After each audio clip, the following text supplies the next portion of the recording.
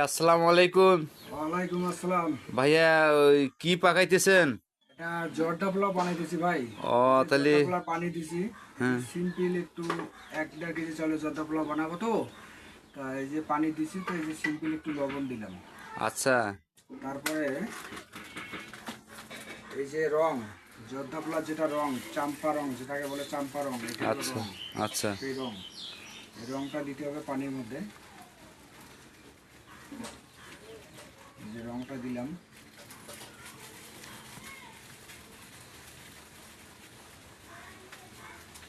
আর একটু রং লাগবে যত সময়।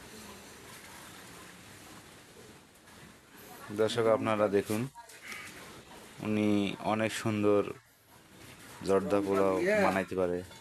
একটু নাড়ি দিতে হবে যে জর্দার রংটা কম ঠিক আছে কিনা।